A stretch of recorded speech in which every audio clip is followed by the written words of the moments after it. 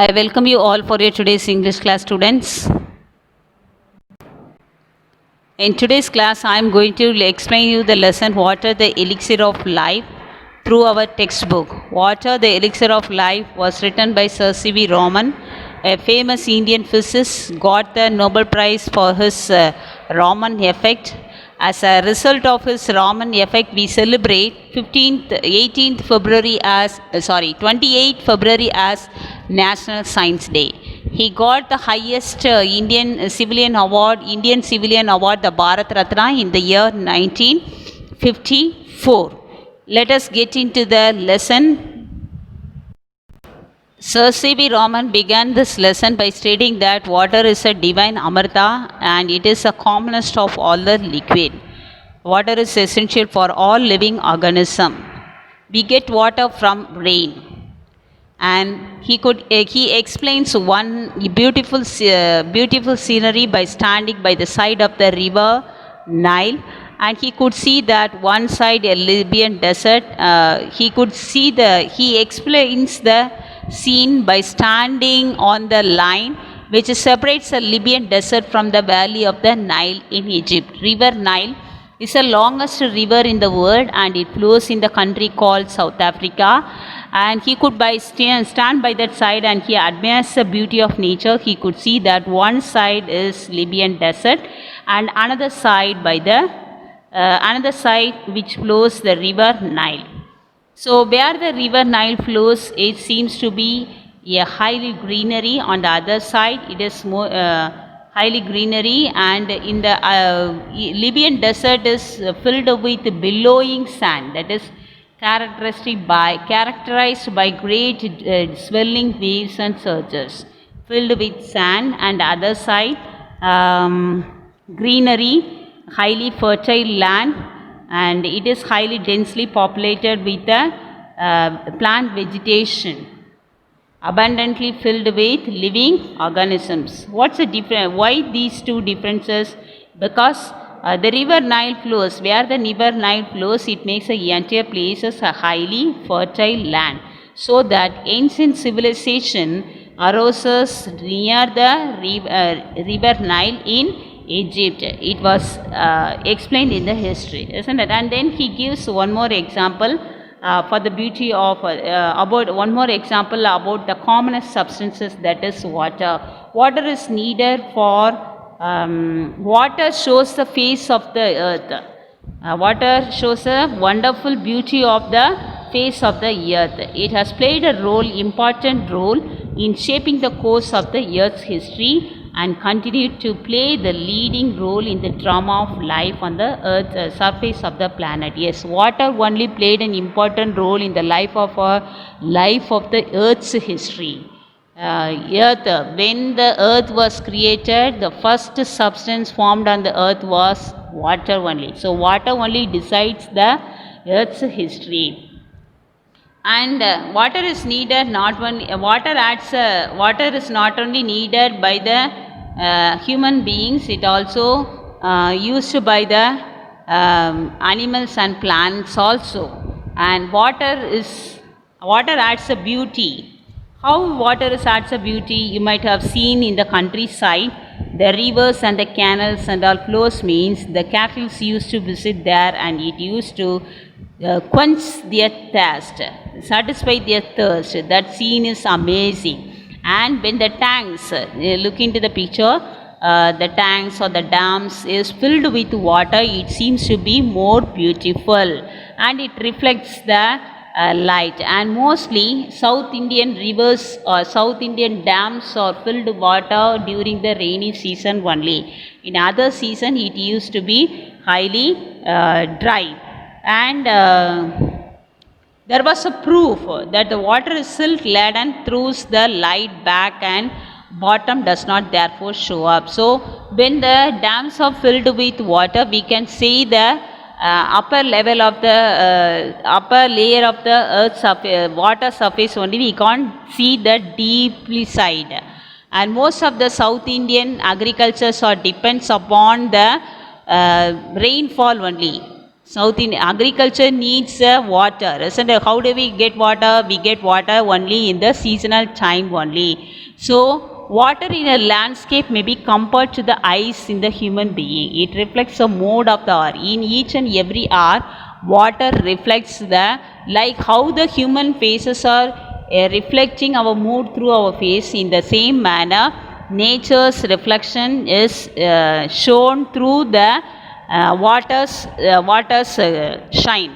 Okay, sometimes it seems to be bright when the sun shines, and sometimes it seems to be dark and gloomy when the sky is covered with cloud.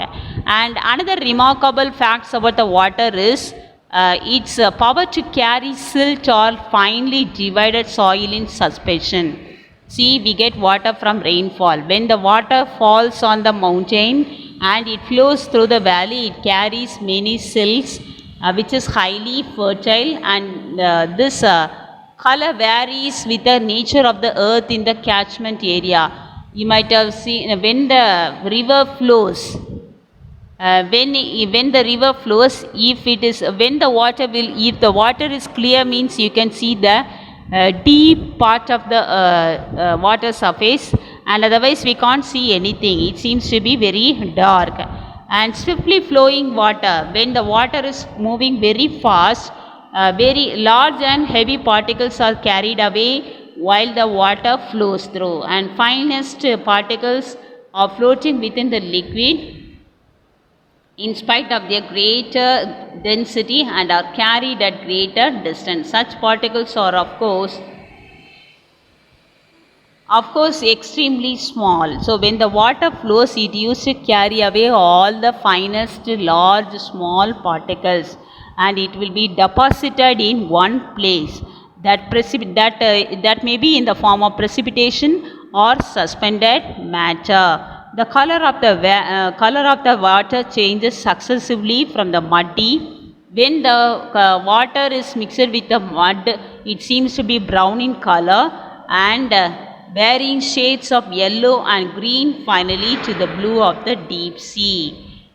So water varies its color according to its nature's clarity. Then the flow of water undoubtedly played a greater part in the beneficent one, and the geological process. When the water flows very fast, it takes away the rocks of the crust, and at last it deposited one in one place. Water flows causes soil erosion.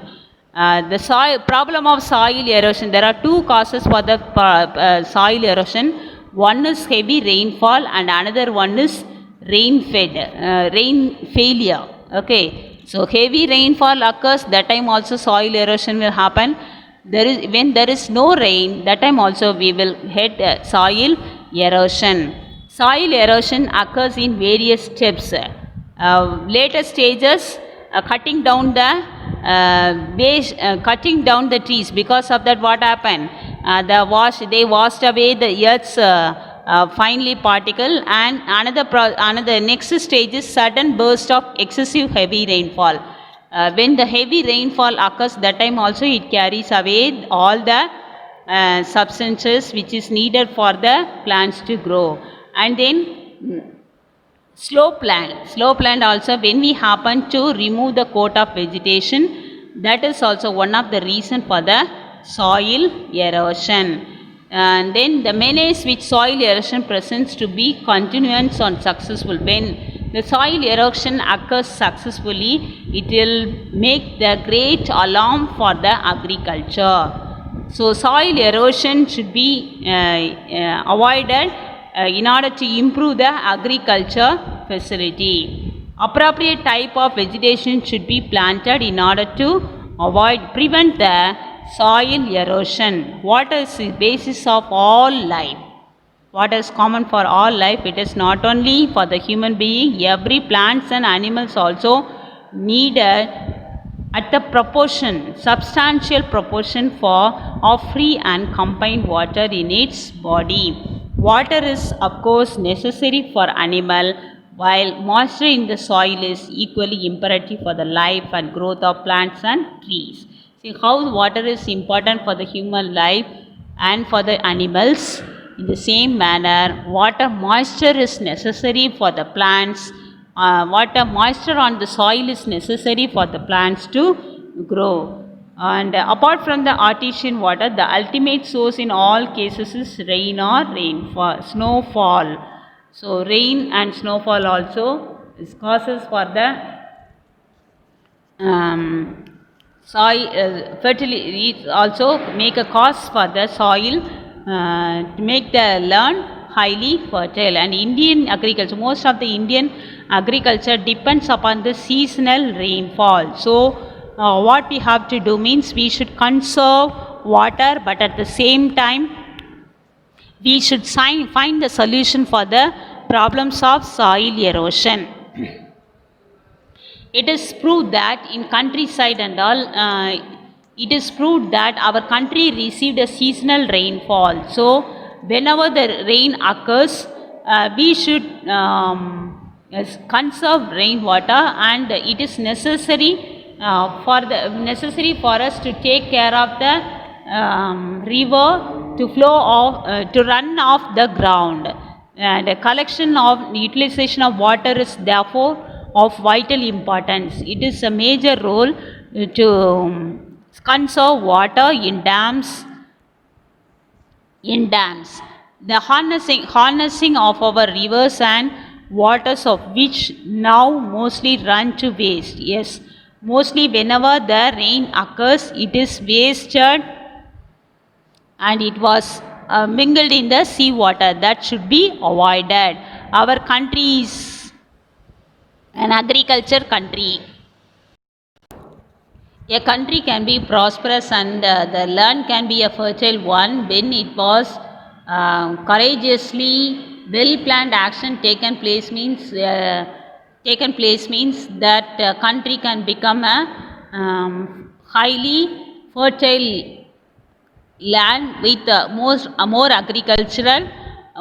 agriculture, and closely connected with the conservation of water. Water supplies is a problem of afforestation. We happen to cut down the trees, so there is less rainfall. Less rainfall leads to water scarcity. It is impossible to get water without saving it. So conserve water and avoid cutting down the trees. And why we should avoid cutting down trees means the trees holds the sand very tightly. Roots of the trees holds the land very tightly, so that we could avoid soil erosion. Soil erosion occurs means the land loses its fertility, so we must plant more trees. Such plantation would directly or indirectly prove a source of untold wealth to the country. Forests are the untold wealth to the country. We should check soil erosion and conserve the rainfall of a country from flowing away to waste, and would provide the necessary supplies of cheap fuel. And then the measures necessary to control the movement of water and conserve the supply of it also can serve subsidiary purposes of value to the life of countryside. Yes, in the countryside, adult water is used for various purposes. Government can encourage the internal transport in a country by boats and barges through canals. And how the government is giving importance for the railways and landways, highways, in the same manner waterways also can be should be encouraged, and hydroelectric power also should be developed. The availability of electric power can be tremendous, make a lot of changes in the countryside, and electric power which we obtain from water can be used for the agriculture purposes. In one sense, water is the commonest of liquid, and another sense it is the most uncommon of liquid, with amazing properties which are responsible for its unique power of maintaining animal and plant life. Yes, one thing, in one side we can say that water is the most common thing, and another side it is most uncommon thing for all the living things. So it is in the hands of us to save, conserve water. The investigation of the nature and properties of water is therefore of the highest scientific interest and is far from exhausted field of research. Yes, the nature, the characteristic feature of water is apart from our research. So conserve water, save water. Thank you, students.